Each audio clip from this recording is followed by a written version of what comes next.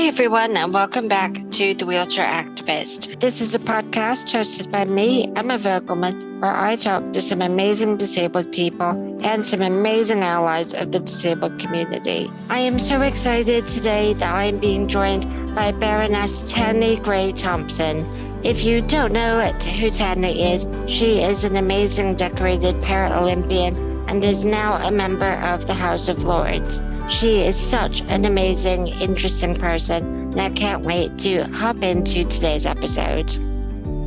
But as a disabled woman, I experienced loads of discrimination, and it's exhausting.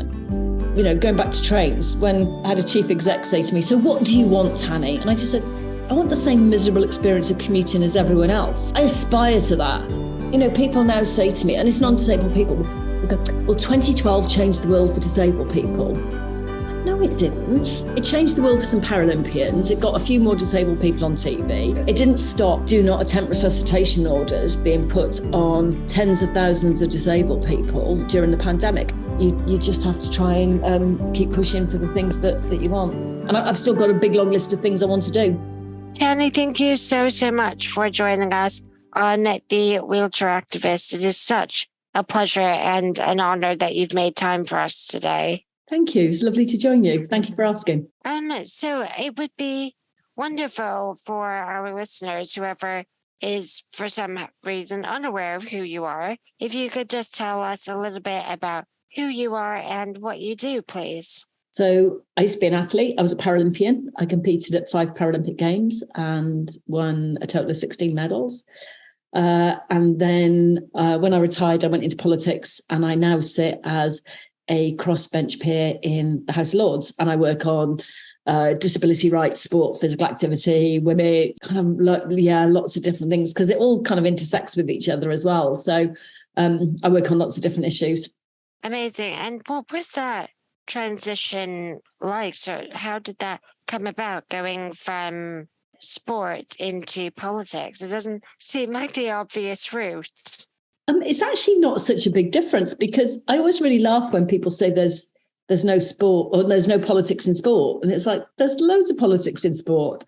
You know, the medal table is soft politics. Which country is the best in the world? So the similarities are they both have rules of engagement.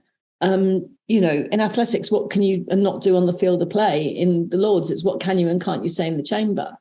And both are really heavily dependent on having good people around you and having critical friends and building networks and never being afraid to ask stupid questions. So, yeah, from the outside, they look really different, but internally, they're much closer than you think. And both you need a level of resilience and a level of ego. So, you know, when you're competing on the track or when you're in the chamber, you can't be egotistical because nobody owes you anything, you know, but you have to have a level of ego to keep coming back when you're not winning. And, you know, in politics, there's lots of stuff I don't win. I've had a good year this year. There's a couple of things we've got over the line that have been, you know, really good. But a lot of the time as an independent, you kind of feel like you're smashing your head into a brick wall. So you need the resilience to keep coming back and keep thinking you've got a chance of doing something. Absolutely. And I think that makes a lot of sense. And I think, you know, sort of with current conversations that are going on, we're seeing how much politics can influence sport, you know, as we're starting to talk about what are the roles or sort of what are the rules, whatever you like, for transgender athletes and things like that. We're starting to see a bit more of that conversation about the rules that govern sport, but that makes a lot of sense, sort of the direct comparisons that you've mentioned. Yeah, I mean, it's kind of interesting in terms of just how things work. You know, in most jobs, you need to kind of have that element where you've got to work with people where you might not necessarily get on with anyone, or some people, sorry, but you might not get on with everyone, but you have to work with them. And it's about finding consensus and about finding agreement. And, you know, the politics of sport, you know, apartheid sport was pulled, you know, into that. And then, you know, what countries should host the games and human rights records. So, you know, there's a lot of politics it's politics and everything. It's just, it's party politics is in politics, which then that, you know, is quite complicated for a lot of people as well. And for people who aren't aware, sort of what is your role as an independent? You're not sitting as a member of any of the political parties. So what does that look like for you? The best and worst part of being an independent is no one tells me how to vote. That is brilliant. I vote with my conscience. The downside is sometimes when the votes are coming thick and fast, and you can sometimes have 8 or 9 votes in a day, and each vote takes 20 minutes, and there's a big chunk of paperwork to read. Sometimes that's pretty difficult to do, but I kind of knew what I was getting into when I accepted. And I went through, as an independent, we have an interview process. I kind of knew what it was going to be like. And I always think I should be able to answer in a couple of sentences why I voted a certain way in case someone asks. Very few people ask. Actually, if I'm being honest, if somebody says, well, why did you vote this way on whatever, sometimes you have to look back and actually check what that vote was, because we sometimes have so many votes, you can't recall every single one. But literally, I will not go down a lobby unless I believe in what I'm doing. And so you're there. The role in the Lords is really simple. We're kind of really clear what our role is. We are not there to run the country. We are there to be a check and balance on the government of the day, and to say to the government of the day, are you really sure this is what you want to do? Do you know what? Have another think, because we think you can do better. So when there's a debate on sport, there may not be huge numbers in the chamber, but you've got Sue Massam, who was the first Paralympian. She's the Dowager Countess of Ilton, but sits in the House of Lords in her own right. She went to the 1960 Games. You've got Colin Moynihan, who was chair of the British Olympic Association. He's an Olympian. So, I could just keep listing people, but you've got people that work in it and we're expected to remain an expert in the thing that got you there. So you can't say, well, 20 years ago, this is what sport did. You're expected to say, look, this is the decision that was taken yesterday. So you're expected to remain an expert. And that's good, because I think not everyone understands the Lords or what we do. If you see a picture of us in the paper, it is always of state opening. When we're wearing the urban robes, which you actually got to rent if you want to, or if you come from a family that has. Wow. Okay, yeah, it's 110 quid to rent an ermine robe to go to stay opening. Or, it might be in the past, they have people that have fallen asleep in the chamber, but they never publish that that's normally at 2:00 in the morning when you've been in the chamber since 2:30 the day before. So, it's. And I think that's actually our responsibility to do more to explain to people what we do, because it's not the discussion of the tea time table, or I wonder what the House of Lords is doing today. It's we need to be better at telling people what our role is, and it is only to say to the government, have another go.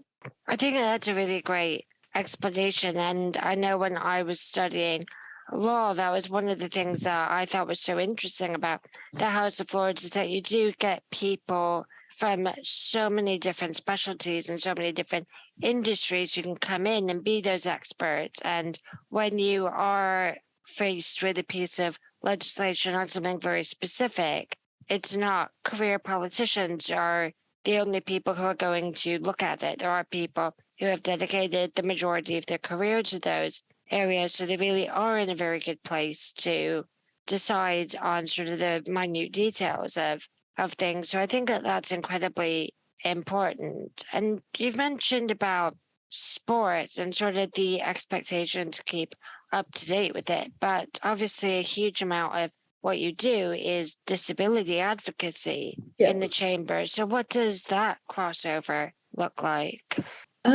So if I look back to my own childhood, so I grew up in a household where it was social model of disability before I'd even read what social model was. My parents were very keen on education. My dad threatened to sue the Secretary of State for Wales over my right to go to a mainstream school. And I got there. And, I was very privileged with my parents in terms of the world that I grew up in. And then I became an athlete and I traveled the world and saw how disabled people were treated in lots of countries around the world. So I was always interested in politics. Actually did a politics degree at university, but very grandly said to my head of department, I am never going into politics. That's for losers. So everyone thought that was really funny from my year when I actually went into the Lords. But also, there were years when, being a Paralympian, the disability rights community didn't like me very much, because it was the perception of a super crip, that I was trying to pretend I wasn't disabled by being an athlete, and that disabled people. So I think there's a view from some people, they think, the disability rights community were way behind me. And for a lot of time they weren't. And, kind of had to prove myself as well to show that, I did understand social model and beyond. And, there's areas that I work, I am not an expert in every bit, but what I try and do is I know a lot of experts. My job, I think, is to bring those experts together to kind of fight for, there's other stuff that, train transport for disabled people. Yeah, I kind of do know a lot about that. And I guess some of it is, I don't want to be some of the youngsters coming through fighting for the same old rubbish that I was fighting for. And then, I sat on the National Disability Council, which oversaw the implementation of the DDA. But I was really young, but really big learning curve. But, when that sort of said, trains were going to be accessible by January the 1st, 2020, and then all the derogations and it didn't happen. And that was 2070. I will be dead before I can get on a train on my own without, and this upsets people when I say without the permission or help of a non-disabled person. But that's ultimately, because I go, it is quite strong, but you have to kind of be grateful to get on a train. And I don't think I should have to be grateful. I should be able to do it. So it's a challenge. I was talking to someone from a train company recently, and they were saying, can you tell us about all the amazing experiences you had on trains? I'm like, well, when I get on and I get off and I get to where I'm going on time, and I don't mean to be sort of grumpy about it, but that's not a question you'd ask a non-disabled person. And there's been one or two times where a member of staff has gone above and beyond, but there is still so much stuff where disabled people, it still feels like we're fighting for some really basic things. And I get treated three really distinct ways. One as an ex-athlete, generally quite nice. I retired 15 years ago, and people go, "Oh, you're the athlete." That's all the tricky one. I get treated a different way as a parliamentarian. People either really like me or really don't like me. And then the third way is as a disabled woman. And for me, it's really useful to have those different ways I'm treated, to be able to put stuff into context. But as a disabled woman, I experience loads of discrimination, and it's exhausting. And if you complained every time somebody talked down to me or patted me on the head or told me don't go on the tube because people have got important jobs to go to, you scream over it. But I kind of think it's sort of partly, and it's not me on my own. There's loads of other people who are part of it. We've got to keep pushing for change, because, going back to trains, when I had a chief exec say to me, "So what do you want, Tanni?" And I just said, "I want the same miserable experience of commuting as everyone else. I aspire to that." So, they laugh and they go, "Oh." So I think lucky, I'm fairly feisty. I've still got resilience left in me to keep trying. The difficulty is, as an independent, is you're always looking for opportunities to get stuff in, to look at legislation. We don't have a party machinery behind us. And there's probably things you miss, in terms of just the sheer weight of stuff that comes through us. So it's, it's a daily challenge.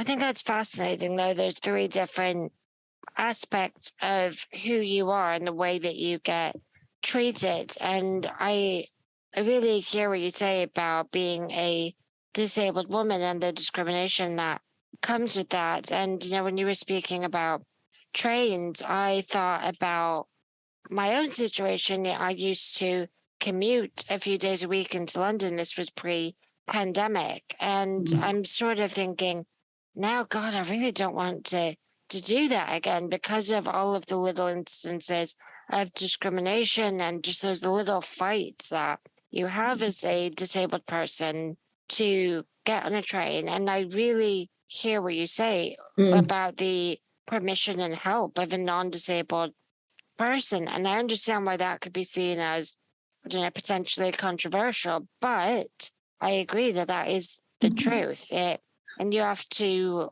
it's not even just the permission and the help, but sometimes the willingness to do that and making you feel uncomfortable for asking and all of those little things that come with it. And I really understand what you mean. And I was speaking to someone recently about the whole commuting thing and sort of the ability to feel pride in the work that you do, when really a lot of the time the hard part is getting to the workplace.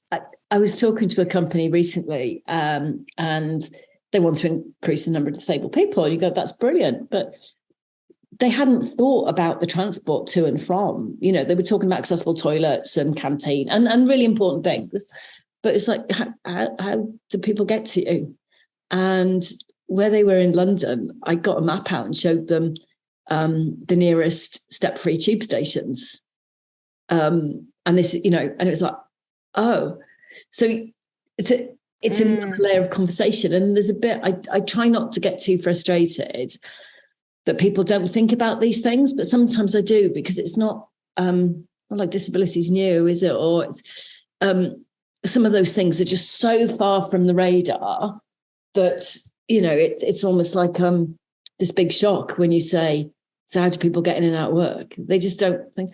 And I mean, I was talking to somebody recently about access and about somewhere I couldn't get to. And they named another disabled person. I said, well, they could get there. And I said, there's steps, but they can walk. And they're like, oh. And they knew there were steps, but they hadn't kind of, and then you're thinking, oh, I don't want to be this grumpy old cow all the time.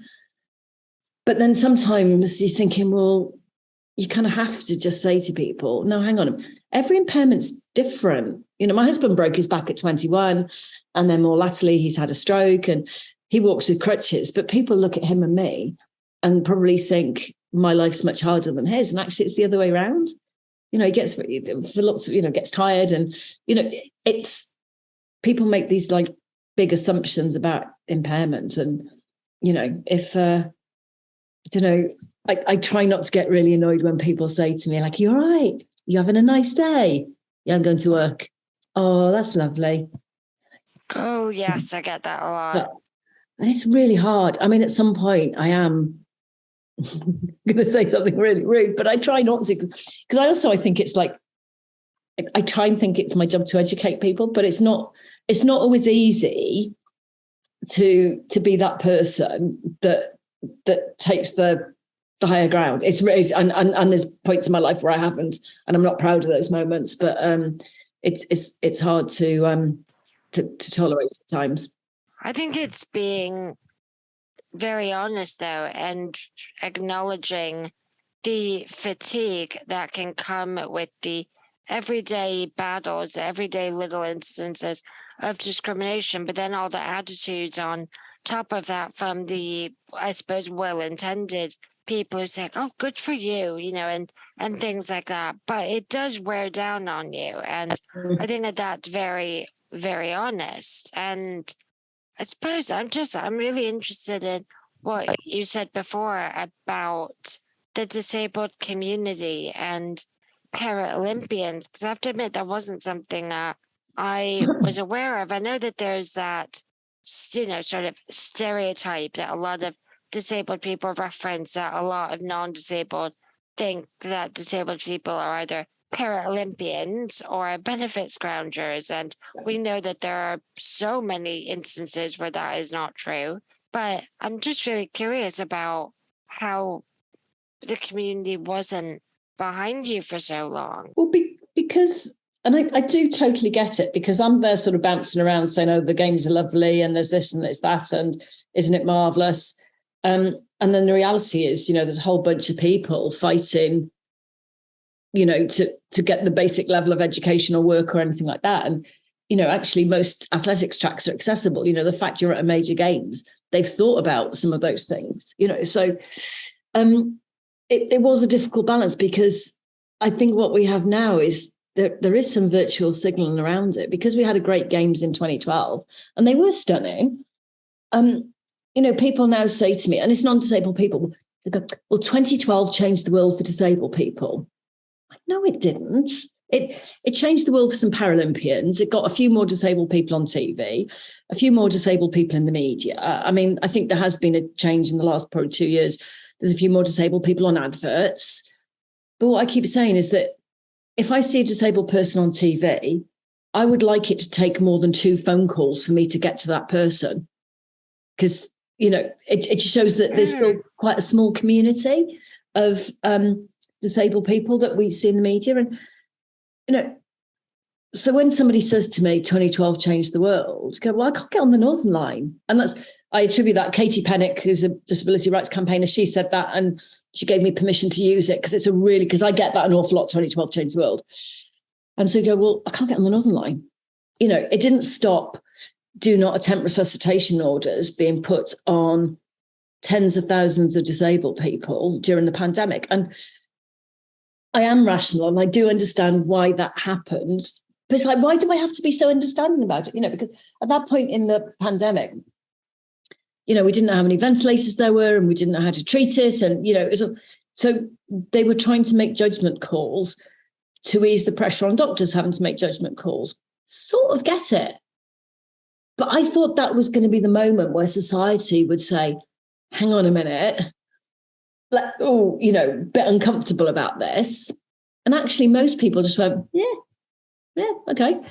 And it was, I think that's one of the sort of the most disappointing moments in my life, where it's like, we haven't moved on, to people, assuming that we have this sad, tragic life that would be better off dead. Or, I still get, I wouldn't want to be like you. I mean, I had someone a while ago say, if my life was like yours, I'd kill myself.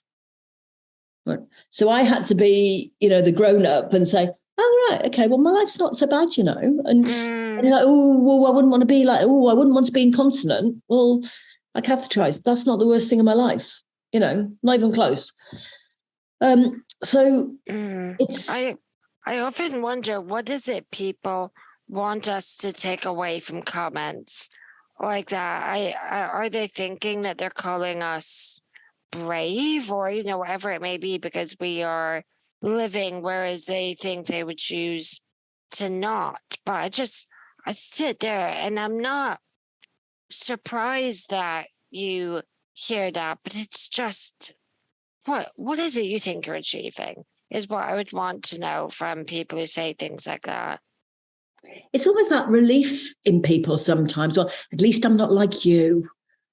And you're like, oh, okay, well, but the reality is a lot of disabled people have really difficult lives. And then, so the other bit I do get, Paralympians, going, yay, we won, it's lovely, we're really happy, the team spirit's brilliant, for disabled people who can't get into work, who can't get transport, who can't, who get treated like this all the time, who don't, I kind of think for me, at least I get the 2/3 of my life where I get treated relatively okay compared to the third where I get treated badly. And that's, I guess it just shows how much more we still have to do in terms of, my daughter's 20 now and, loads of discrimination around me becoming pregnant, like loads. Gosh, I bet. But that's still out there, it's not, I was 32 when I got pregnant and, the really, really intrusive question. But then I'm sort of used to it from, sport and other bits. But it was like, did you mean to get pregnant? Well, do you ask everyone that? Or, there was one doctor who he wanted me to list if the fetus was diagnosed with various conditions and what circumstances I'd abort. Oh my goodness. And it was, one of the very early on, it was like, well, you couldn't have meant to get pregnant, so do you want to terminate? Well, so, there's some of that. And I try and use humour, doesn't always work. Or because I just keep thinking I have to keep educating. But at what point does, because actually if you lose your temper, then it's like, oh, you've got a chip on your shoulder. you can't win, actually. You sometimes just, I had someone recently who said to me, you're always smiling. And I didn't give a very dignified response back. But then actually he didn't listen to what I said. And it wasn't very rude, but it was a bit sparky. And then he went, oh, lovely. It was like, you didn't even listen to the answer I gave back to you. And then, just, okay, another day, another fight. And you've got to keep going because there's loads of people who don't have I never dreamed to speak, for disabled people. Because my experience is so different to lots of others. And there's disabled people I know have much better experience and much worse, but my job is to gather stories and data and information and feed that into the system, because being in the Lords, you do have a platform. You can, if I have a bad experience on a train, I write to the chief exec of a train company on House of Lords paper. But also, if anyone I know has a bad experience on a train, I write to the chief exec on House of Lords paper to say, look, what are you going to do? Because it's some of these things shouldn't keep going wrong as many times as they do. I mean, this is quite harsh. Every decision people take is on a scale of incompetent or malicious at the absolute furthest ends. And some of this stuff, it actually does start moving towards both ends when people are continually left on trains or they're continually treated badly. It can't be a failure of the system every single time. It is a failure of treating people like human beings.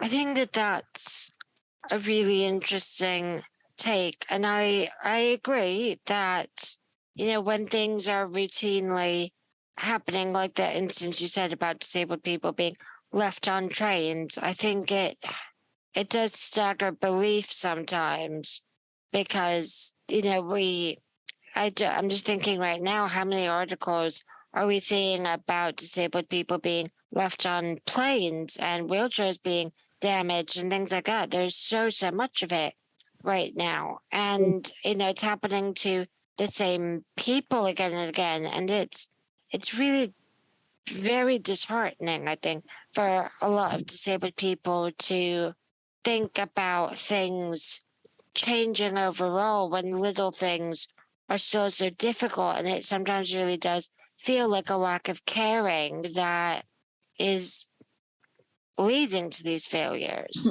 because disabled people are sometimes giving you the answers on what to do to make this process more efficient or how it can work better for us, but they're not being listened to. And I think, it's really interesting what you said about when you, either yourself or someone has a bad experience, you do have that status of a member of the House of Lords who is able to send that letter on that letter-headed paper. But sort of how is your influence being received, I guess, from people in positions of authority on train companies or wherever it might be? When they get that letter with the letterhead, what happens?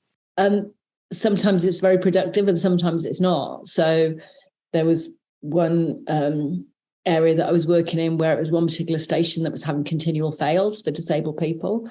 And they just started measuring and there were big changes made. Sometimes the letter slightly disappears into the ether. So there's not always the same reaction sort of every time. And then, when you're saying about the same people, having the bad experiences, one of the things that I use social media to talk about it.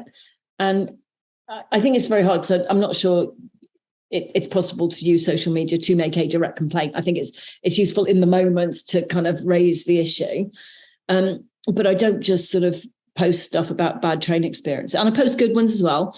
But actually some of it's about educating the wider public. So, with the amount I post about trains, I've had numerous non-disabled people sort of come back to me and say, I was on a train today and I saw a wheelchair user who was trying to get off and no one came. So I held the doors, or I grabbed someone on the platform, so, that's not the way you want it sorted. I saw a tweet over the weekend, which I wasn't involved, where a lift at the train station was broken and members of the public carried the wheelchair user up the stairs, Wow. And you go, so, I presume they asked them, hopefully they asked the wheelchair user first.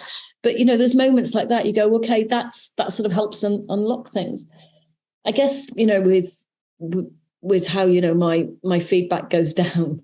I mean, at one station, I overheard two of the members of staff going, oh, it's her. She's the one who tweets. Yeah, hi, how are you? Oh, wow. I've also got big ears, and that's it. I don't take offense by that. But I think another frustration is that there are lots of really amazing disabled people with a very high level of expertise in all these different areas, and they are continually asked to provide their expertise for nothing. And that is appalling, because, that really bugs me, because that's saying we don't value you. And they go, oh, well, we can't pay. Well, you pay everyone else sitting around. And the number of meetings I sat in over the years where you look around and go, I'm the only one at the table who's not being paid to be here. Okay. And I've got lots of friends and, who kind of, connect in this space as well. And it's like, that's immoral. That is really immoral. So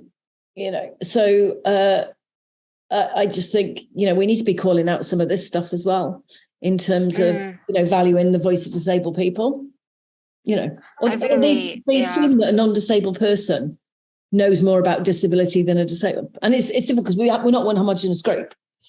I'd kind of hope I've got some idea about how different impairments are treated, but I wouldn't, assume that. But it's a bit like, well, you fix one thing, you fix it for everyone. And that's, the please can you do it for free is really immoral. And there's lots of stuff. I mean, I'm in a position by being in the Lords, I don't need to be paid for doing stuff. But, it's really poor how a lot of disabled people are treated. I completely agree. And that's something that really bothers me as well. When I look at all of these amazing disabled people who are writers and experts and all of these things, and they're just expected to do all of this for free. It does really bother me. And, it's something that I think is a real learning curve, and it's a real confidence piece of work that needs to be done on the part of disabled people to see their value. And when they're given an opportunity, instead of immediately saying yes, saying, what's your budget for this project? And it's not an easy thing to do, because we know that so many disabled people aren't given the same opportunities, or they're deprived of different opportunities because of things like public transport links. So you think that, a disabled person should just be grateful for any opportunity, sort of like what you were saying at the start of this, be grateful for getting on a train and getting where you need to go. And I wonder, what's your advice for disabled people who are sort of being given those opportunities to say, what's your budget? It's really hard, because that takes a certain amount of confidence. And there is a bit where you'd rather sit around the table and try and improve it rather than not, or the assumption that everyone's on benefits. So I've seen, a few things advertised over the years where it's like, oh, if this affects your benefits, well, okay, so they're thinking about, but then that assumption is that you're not in a job. So I think it's hard, because especially if you're a consultant and you're trying to get work, it can be hard to have those questions. So for me, we've got to push it onto the businesses and say, in no other area, in health and safety, you would not have someone sitting around the table who wasn't contractually tied to you unpaid. In every other walk of life, you wouldn't have that. So, just stop it. But it's hard for a person to necessarily, be the one that says, no, I'm not going to. Because also, if you've got a lot of expertise, then the danger is they bring someone in who's not going to be paid, and someone who doesn't actually know as much. So I think partly what's been really helpful for me in the last couple of years is just meeting so many more disability rights campaigners and talking to them and us supporting each other. That allyship is really, really important in terms of either having a rant, and my family get disability and a lot of my friends do, but actually, one group I'm part of, you don't have to explain any of the backstory. You can just say, this person said this to me, and they just get it. And that support, I think, is really important, because I think I went through, certainly my early years as an athlete, going, is it me? So I remember the moment I read a social model, it was like, it's not me. Oh, there's a lot of things that are me, but do you know what I mean? It was that moment where it was like, oh, okay. And sometimes it's useful to have that sense check of, yeah, they were an idiot, or no, they weren't an idiot, or, or they were trying to be helpful, or have you thought about it from this perspective? So I think that support makes a real difference. It really helps. But we're still fighting for the same stuff, and it's just, Yeah. the disability pay gap. That's not okay.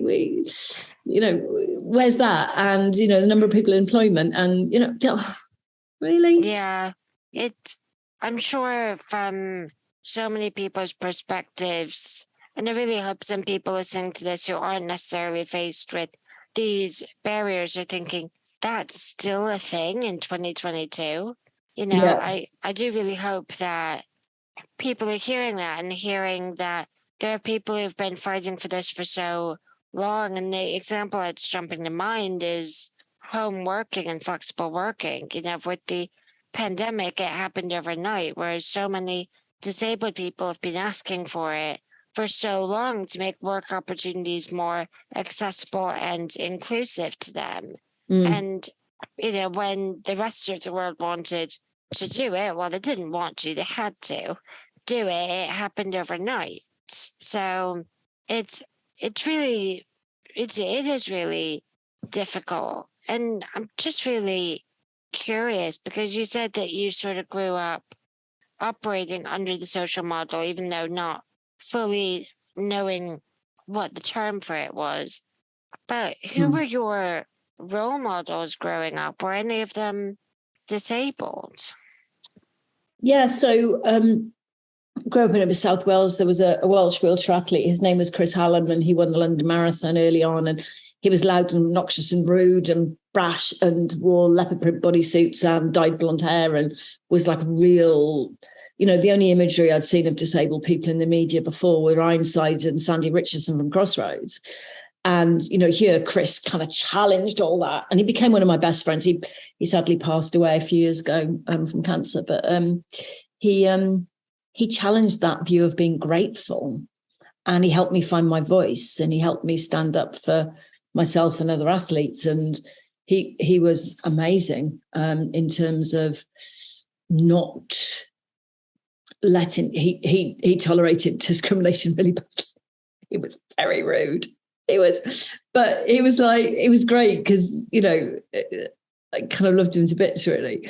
So there weren't loads of disabled role models, but the ones that I had were, really good. They're probably people I came to know, actually. And there were loads of people who kind of paid it forward to me before paying it forward was the thing. And I think that made a difference as well in terms of giving me opportunities to sit on things and to learn and to educate myself. And I guess, again, something you were saying earlier about, if you're disabled, you can be a Paralympian or a benefits grounder. Something happened in lockdown where European Space Agency announced they were going to send a disabled person into space. I got all these phone calls from journalists saying, "Oh, what do you think?" And I'm like, "No, doesn't." Sure, yeah, why not? It's marvelous. It doesn't change my life. And I'm like, "Well, aren't you really excited?" Well, no, not really. And it's like, well, so partly it's like you're ringing me because I'm the disabled one that you've got the phone number for. So I was like, right, okay. So what I always try and do is just pass interviews on to other people, pass it around, give journalists much better contacts for loads of other disabled people. So you're ringing up a relevant person. And so well, you kind of need to speak to a disabled person in the space industry who kind of cares or give an answer. And I think some of the journalists were really shocked. I was like, not bothered. And then it turned out the disabled person was either going to be a dwarf or someone with different leg length. So it wasn't anyone like me that was going to be sent up into, although there's probably loads of people who were quite happy for me to be sent up into space. But, it's like we're all meant to be. So, I mean, something else, again, quite controversial. Over the years, there's been developments in surgery on fetuses who they discover have got spina bifida and it can fix it in utero. And I get these phone calls saying, "Aren't you really excited?" Well, if that's the family's choice to do that, that is entirely up to the thing. I'm not going to say it's brilliant or awful or, and so the challenge sometimes is, the challenge in the space industry is they don't know how many disabled people they have, because probably due to discrimination in education and work, there's probably not many disabled people. But also, yeah, we've got to spread it around, have different voices. So, I've got a view on everything, but doesn't mean to say it should be public.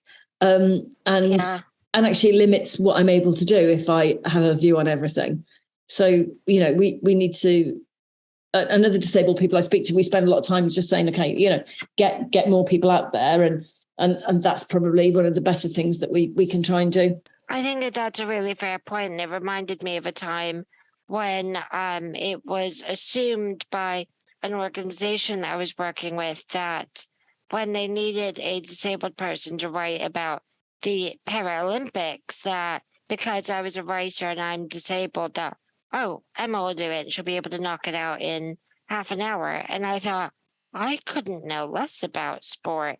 You know, it's just, it wasn't my area of expertise. So I had to sort of say, look, you know, I'm not the right person for this. But it was sort of, I get what you mean. It was sort of that assumption that, oh, well, it's about disability, you're a voice in the community, you must have an opinion. But I think that you're really onto something there where you say it needs to be spread around and we need different voices. And that's really what that's largely what I'm trying to do with this podcast, is get lots of different disabled people. So I call it, you know, the disabled royalty. So, you know, people who everyone generally knows in the disabled community, but then also some lesser known people who are doing amazing things that I think deserve to be praised and shouted about.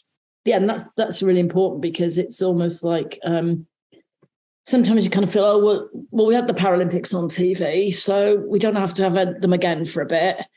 And, you know, I kind of think, you know, in soap operas or whatever, you know, you can have a disabled person, but can be in the background, or the story doesn't have to be about their impairment. And, you know, it's just where's the stories of just, you know, disabled people doing stuff. Yeah, it just happens to be a wheelchair user, or it just happens to be a visually impaired person, without making it their entire plot line. Yeah, and that's probably where there's loads of bits we've still got places, you know, to get to. But yeah, I it's been interesting. I think in the last sort of 2 years, I have seen more disabled people on adverts, and so you go, okay, well, that's, you know, that's a step. At least we're not being completely ignored. But actually, it's probably, I'd say it's mostly wheelchair users. It's not a range of impairments. And I hope all those people are disabled. So, you know, in the 80s and 90s, you'd see adverts for lifts or whatever, or products for disabled. And there's never a disabled person sitting in a wheelchair. Because you could tell, because you'd never sit in a wheelchair the way they were sitting in a wheelchair. And there's just loads of things, you know, that go, well, that's just lazy. You know, actually employ a disabled person to do it, please, you know, and pay them properly. I was just thinking about this myself. I can't remember what film I was thinking of, but I was trying to think, why didn't they cast a disabled actor? And I was trying to go through the plot line of the film, and I thought, okay, well, was there a scene of them before they contracted polio, or, you know, whatever it was that eventually led to them becoming disabled? And I thought, well, no, there wasn't. So why didn't they employ a disabled actor to do that role? And I think, you know, like you said, it is getting better, disabled representation in the media. There is definitely a long way to go. And I think for so many businesses, it's the same ones doing really great stuff again and again, as opposed to lots of different businesses doing really great things. I don't know if that's something that you would agree with. I think it's interesting because, you know, there are some films where you're right, they may need that person before the impairment affected them, but there's other ones where they've made it part of the plot line. So one of the ones that kind of reminds me is like Kingsman, which sort of the baddie in that, they made her a double leg amputee. And and she had these blades that would basically slit people's throats and kill people. But that was all Photoshop. And you're like, really? You couldn't have found a female actress who's a double leg amputee? Really? So there's a few things like that. You're thinking, oh, you're just making your life harder. And there's other bits where actually, I remember watching Born on the 4th of July, and I think actually Tom Cruise did a pretty good job of playing a wheelchair user, in terms of the way he was sitting in the chair. And I can't remember if this is true or it's just become urban myth, that he actually, in sort of rehearsing for the role, did something like went down Rodeo Drive in a wheelchair. And, he's pretty famous at this point, and nobody recognised him. And I'd be interested if he did that now. Now, I don't know if that's true or not, but I've certainly read it somewhere. But, I think there'd be some really interesting things now if you did something like that in terms of imagery and understanding. That's fascinating. As soon as we end this, I'm immediately going to go and look that up and see if it is true. But that's fascinating. So we've talked a lot about the various barriers and sort of the long way that disability still needs to go. But for you personally, what is something that you would say that you are the most proud of? That's quite a hard question. Probably it's more in sport politics than disability rights, probably because I've had slightly more success. But, a group of us have just got positions of trust legislation through. So it'll now be illegal for a coach to be in a sexual relationship with a 16 and 17-year-old. That's been working on that for years. Wow. I think the next time we have a big welfare reform bill, I'll be better prepared. So, when I went into the Lords, welfare reform was the first big bit of legislation I worked on. And, I was sort of learning, and I was going to just make a couple of speeches. And, a couple of weeks in, I found myself leading amendments and losing votes and all sorts of things. And I remember there was one day where I'd lost a couple of votes, and ringing home, and my daughter would have been 9. And she said to me very seriously, and I was feeling a bit beaten up by it. And she was like, "Daddy's made me watch the Parliament channel." So I said, "Oh, what do you think?" She went, "You're not having a good day, are you, Mum?" It's like, "Yeah, not really. I've lost all my vote." And she went, "But we still love you." Oh, thanks. It was very sweet. But I think next time on that, and there will be another welfare reform bill at some point. It's you've just got to throw yourself in sometimes, and you've just got to give it a go and give it the best shot you have. The reality, again, coming back to being a crossbencher, is you've got party machinery on all sides against you. So, you just have to try and keep pushing for the things that you want. And I've still got a big, long list of things I want to do. What's one thing on that list that you'd be happy to tell our listeners about, bearing in mind it may or may not happen, but what are you most excited about on that list? Oh, there's more stuff in sport. So I'm looking at trying to get legislation through on mandatory reporting of child abuse or sexual abuse, which is actually just important for children, let alone in sport. I lost a philosophical argument in welfare reform about the benefit system, which I still spend a lot of time thinking about, which is, at the moment, you've got to prove what you can't do to get support. And I tried to sort of say, look, how about proving, if we give you this much, what can you do? And change the system around. Anyway, that got nowhere because you couldn't fit it into a nice, easy box. But I kind of still think we're looking at this in the wrong way. And every time any government tries to save money, it always costs more. So I think we're looking at the whole system the wrong way. But my chances of getting any of that through are probably fairly slim, to be perfectly honest. But yeah, there's still loads of things that I want to try and do. And I think, the Equality Act hasn't been great for disabled people. We need, it's not just legislation, but we just need a bit more urgency around including disabled people in society. I absolutely agree. And I just find that answer about the welfare benefit system so interesting, because it's something that I was thinking of really recently, and it's something that I know that I've tweeted about before. Every time you get a care review or a benefits review or whatever it might be, there's nothing that makes you feel more sort of helpless or useless, because it is all about what can't you do instead of exactly how you said it, what could you do if? And I think that's such a more positive way of looking at it. And I just wonder what the impact would be on the general public's attitude towards disability if it wasn't that, oh, well, I assume that because they are in receipt of this benefit that they can't walk X meters, it's, well, they can do X with this support. And I just think that that's a really fascinating way of looking at it. But I see what the counter argument is, in terms of what does that form look like? The forms are difficult enough as they are now, but how do you put it into that more positive mindset? Yeah, I mean, that's the thing. It's like you've got this massive system and I'm trying to change around. And I remember sitting in a meeting in Parliament with the PIP forms, when they were being sort of first rolled out. And I can't remember, the first so many pages was all about name the medical professional who can best describe my condition. It's like none of them, because I'm not ill. I hardly ever go to the doctors. So, you do have to have a system. You absolutely do.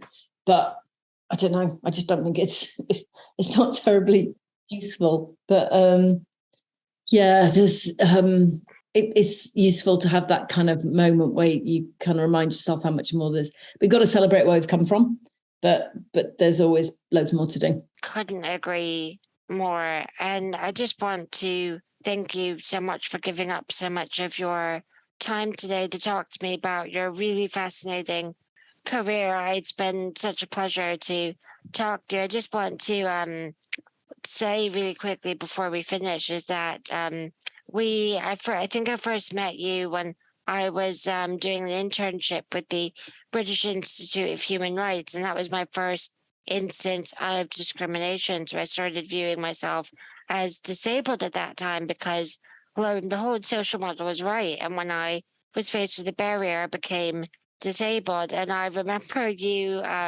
suggesting to me that you come down to the law building at my university and we do some sort of a sit-in or something until they took action. And that just really stuck with me and just made me feel very, this person gets it. And there are other people who are trying to fight this. And it just made me feel very understood. So I just really wanted to share that with you.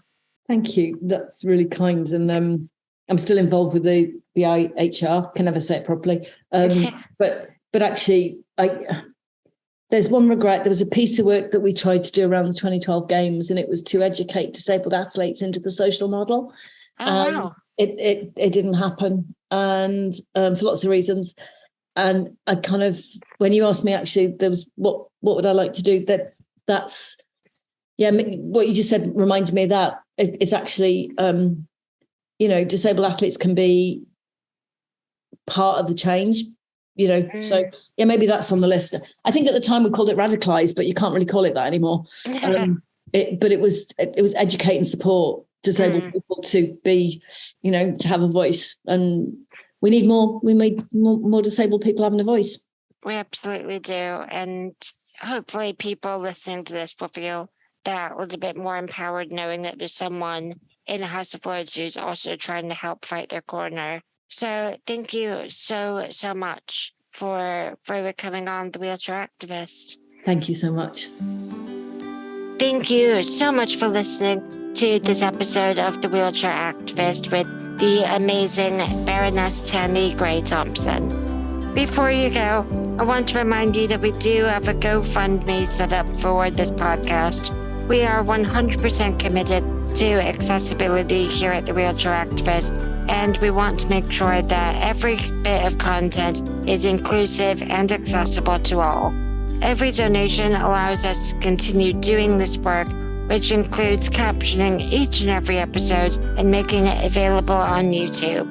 Thank you so much to everyone who has donated so far and has allowed us to continue making this amazing podcast. Please give this podcast a share far and wide so everyone can enjoy the amazing content.